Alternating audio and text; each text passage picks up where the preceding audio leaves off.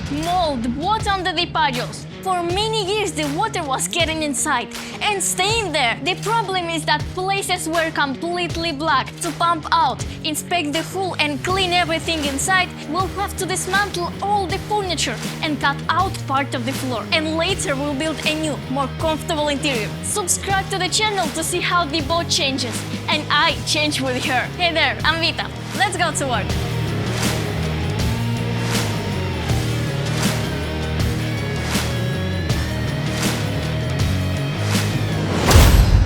On one of the cabinets, we found a small plate. That was the first thing that raised questions. What did Delanta have to do with this? We think one of the previous owners screwed it onto the cabinet.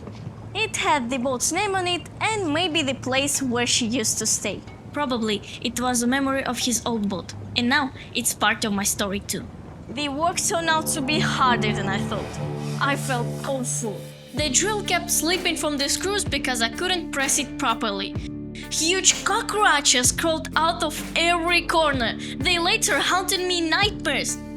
They were everywhere and it was disgusting.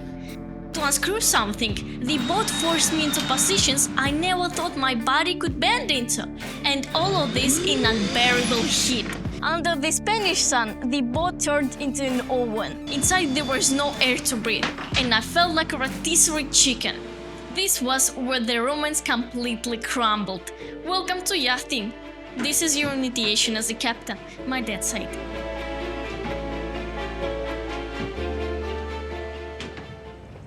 But there were also fun moments. It got pretty exciting, especially when we started unscrewing the equipment.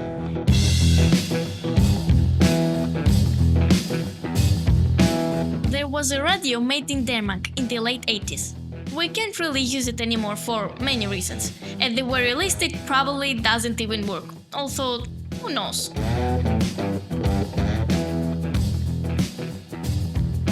There was also a stereo with a cassette still inside. I had never seen anything like that before, but for my dad it was very familiar, so he just watched my reaction. And then there was another amazing thing. A heater that worked on kerosene. It was made in Finland. I looked it up online and it turned out to be a very high quality device. And time has proven it was still in great condition. In the future, we'll clean and test it. What do you think? Will it work?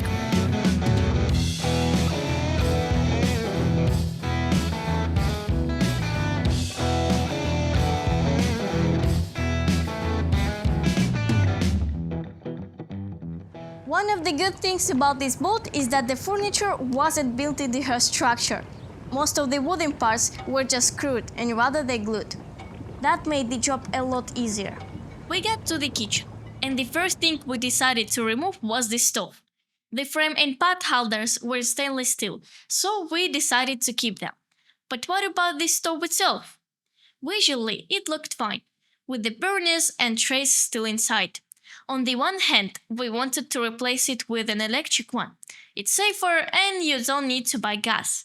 But on the other hand, this stove seemed good, and there is no guarantee that an electric one would actually be more practical. What do you think? Your opinion in the comments will be helpful.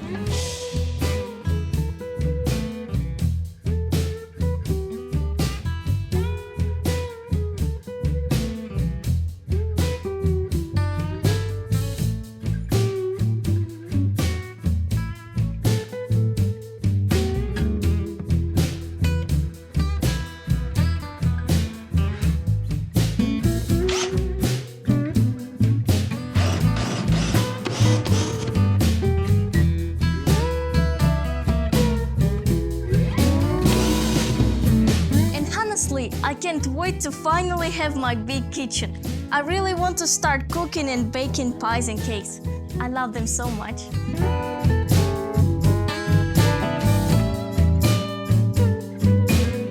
When we were dismantling the kitchen, we came across cockroaches again. It felt like a battle for territory. Every time they scared me, and every time my dad and I drove them out together. After we finish dismantling the furniture, clean and disinfect everything, we'll have to solve the insect problem. Next, I tackled the fridge. It was an old Electrolux with one very strange detail. It was connected to the gas system, the same one as the stove. None of us could figure out why. Write your theories in the comments. Why would a fridge need gas? Time and moisture had completely destroyed it. The metal crumbled in my hands. It was almost entirely rotten, so we gave it a proper send-off to the dumpster.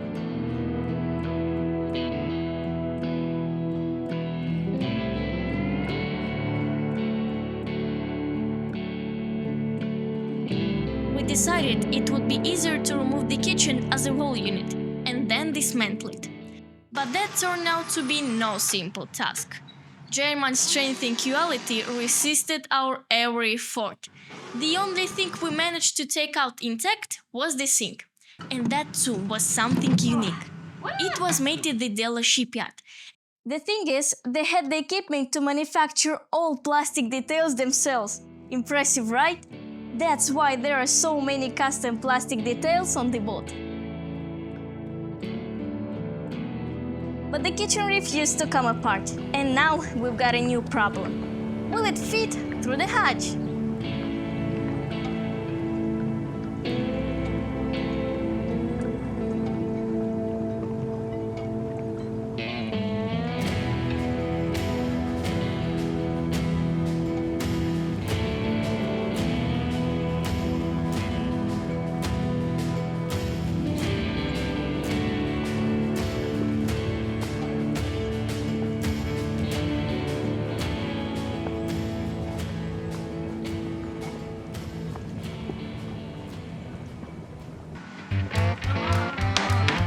Over time, I got the hang of the drill and screwdriver. Unscrewing bolts became easier and faster.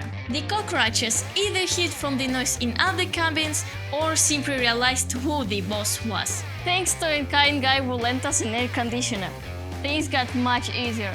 That was a lifesaver, and work became more enjoyable. Once we removed all the dark wooden furniture, the boat became brighter and more spacious. The living area suddenly looked bigger. That's when I clearly understood how much dark colors shrink space. It was exciting to imagine how everything would look after the renovation.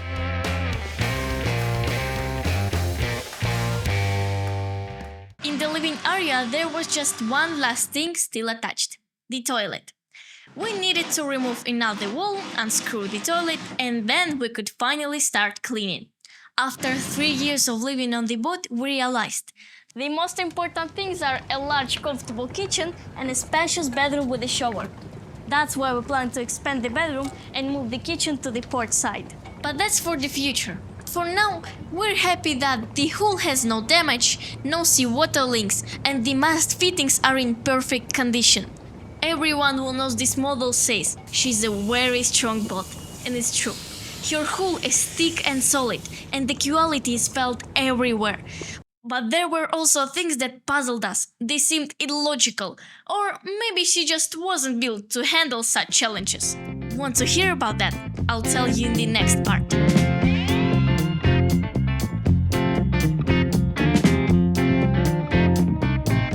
Fish, thank you for your donation. It really means a lot to me because it's the very first money I've earned for repairing my boat. Thank you so much.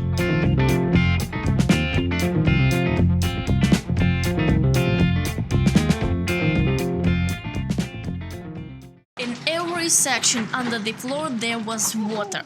Huge, dirty puddles with a disgusting smell. Most of the floor was a solid piece of fiberglass without any hatches. We were puzzled by the thought of why, on the boat where so many little details were carefully thought out, there were places that were completely inaccessible. Inside it was like a swamp. This was a new challenge, and it had to be solved. We needed to cut out part of the floor, pump out the water, clean the dirt, and only then we'd be able to inspect the keel bolts and the hull. And so it began.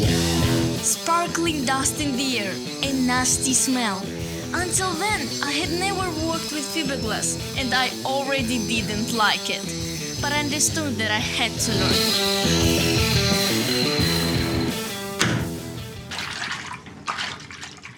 It turned out that the trays between the sections were brass tubes, 12 mm in diameter. They had oxidized and clogged tightly with dirt, which is why the water remained standing inside this section. Another unpleasant discovery was the swarm of mosquitoes living in that dirty water. The battle for territory began once again. We didn't want to use the electric pump, afraid it would clog with dirt. So we pumped the water out with the manual pump. Bucket after bucket of dirty water.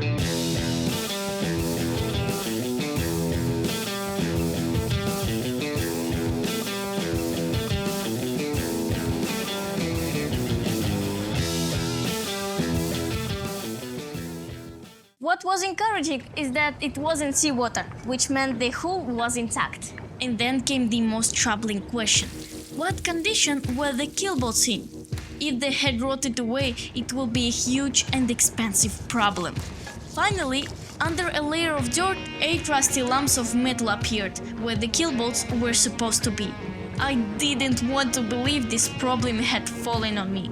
But they turned out to be thick rusty plates, and through the rust, you could see the bolts themselves. Shiny metal with no sign of corrosion. That was the best news of the day. The bolts were stainless steel, and the nuts on them were bronze. The only rusty parts were the washers, but just rusty, not rotten. All that was left was to strip the old carpet from the sides, sweep out the trash so it wouldn't clog the electric pump, and then we could start washing. This stage brought another piece of good news. There were no water stains visible on the sides. That gave us hope. The deck didn't leak, and the water had gotten inside through the open hatch. Over time, not only cockroaches and mosquitoes have moved aboard, but mold too. Black spores that had eaten into the paint. It was impossible to know how big a problem it really was. So, the plan was to wash first and then disinfect. At that point, I had no idea it would turn out to be the best cleaning of my life.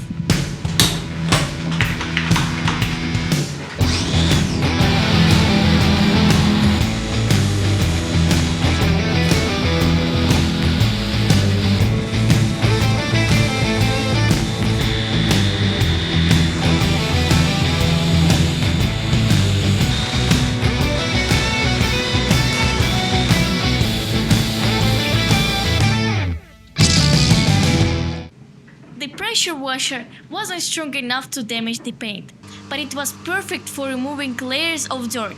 It made it possible to clean the corners where a brush couldn't reach. I know you can't wash wood with it, but since I didn't have any, it was the perfect cleaning tool. My father always says that every boat has a soul and a personality of her own. I think I started to understand what he meant. The more effort I put into my boat, the more I learned about her, the more it felt like she was coming alive.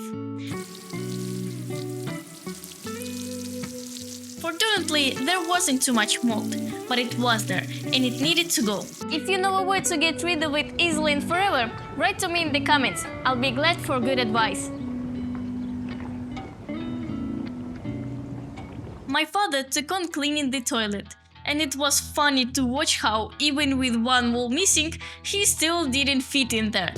I'm a lot smaller, of course, but I'm pretty sure that showers and toilets should always be built bigger. Right now it's more like a closet with a toilet and a folding sink. Cleaning was coming to an end. Streams of foam and dirt were running everywhere. For several days we scrubbed, washed and scrubbed again. Tired, wet, but happy. All that was left was to remove the water. And here the electric pump was a huge help. I can't imagine how we would have done this without it. The stage was finally complete. The boat no longer had old furniture. Now, my dad could create a 3D model and start designing a new interior. She seemed transformed, brighter and somehow bigger. The boat was clean, dry and cozy.